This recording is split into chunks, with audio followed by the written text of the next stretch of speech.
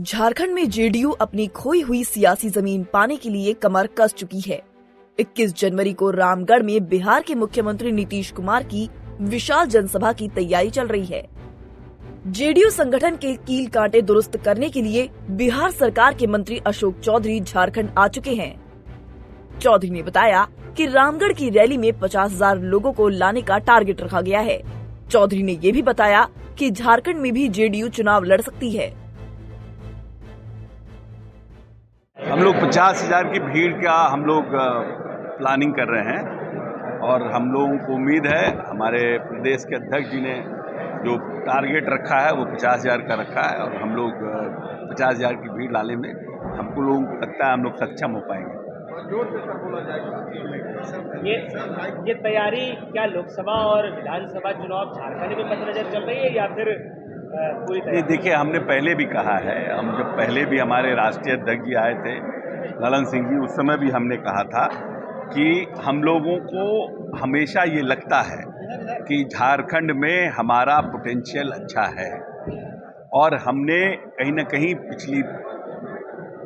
पिछले वर्षों में हम लोगों ने कुछ न कुछ गलतियां की जिसका हमें खामियाजा भुगतना पड़ा और हम झारखंड में उतना उत्साहवर्धक प्रदर्शन नहीं कर पाए। और अब हमारा लक्ष्य है कि हम झारखंड में पार्टी के जो कार्यक्रम है उसको हम तेज करें। लोकसभा में और विधानसभा में इसके क्या परिणाम आएंगे उससे ज़्यादा ये जरूरी है कि हम पार्टी के संगठन को प्रदेश में खड़ा कर पाएँ। हमारा जिसके साथ भी अलायंस होगा उसको हम सहयोग कर पाए। जब पार्टी का हमारा संगठन मजबूत होगा तब हम किसी के साथ जाएंगे, तब हमारी ताकत बनेगी। अभी तो हम अपनी ताकत को बढ़ाने का प्रयास कर रहे हैं, इसीलिए अभी ना हम लोकसभा और ना विधानसभा हमारा लक्ष्य है। हमारा लक्ष्य पार्टी के ताकत को झारखंड में बढ़ाना है। लेकिन सर समय कम है, अब ताकत बढ़ाने का समय तो समाप्त हो रहा है, तो सीट चयन करने का समय ठीक है। आपको लगता है कम है क्योंकि आपकी जो राजनीतिक सोच अपनी तरह से हो सकती है।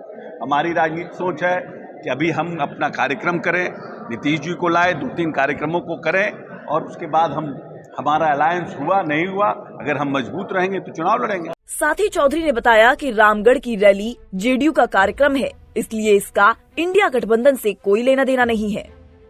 हमारी अपनी रैली है, हमारी पार्टी की रैली है और हम अपनी पार्टी की ताकत को बढ़ाने के लिए यहाँ झारखंड में कार्यक्रम कर रहे हैं। जाना चाहे वो लोग, हमने कहा ना कि हमारी पार्टी आना चाहे, हमारे पार्टी के कार्यक्रम में कोई आना चाहेगा तो हम क्यों मना करेंगे, लेकिन ये हमारे पार्टी का कार्यक्रम है, ये इंडिया गठबंधन का कार्यक्रम नहीं है।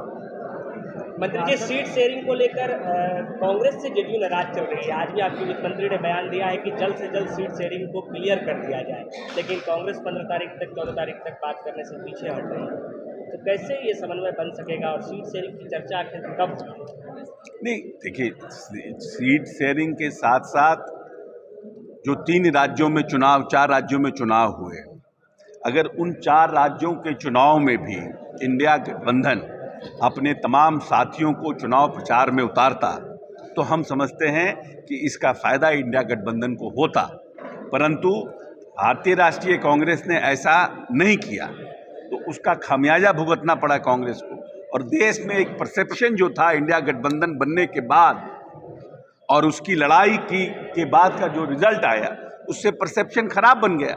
एक दौर में झारखंड में जेडीयू की सियासी जमीन बेहद मजबूत थी, लेकिन ध्यान नहीं देने की वजह से झारखंड में जेडीयू कमजोर हो गई। उम्मीद है कि अब नीतीश बाबू के नेतृत्व में झारखंड में भी जेडीयू फिर से खोई हुई ताकत हासिल कर लेगी।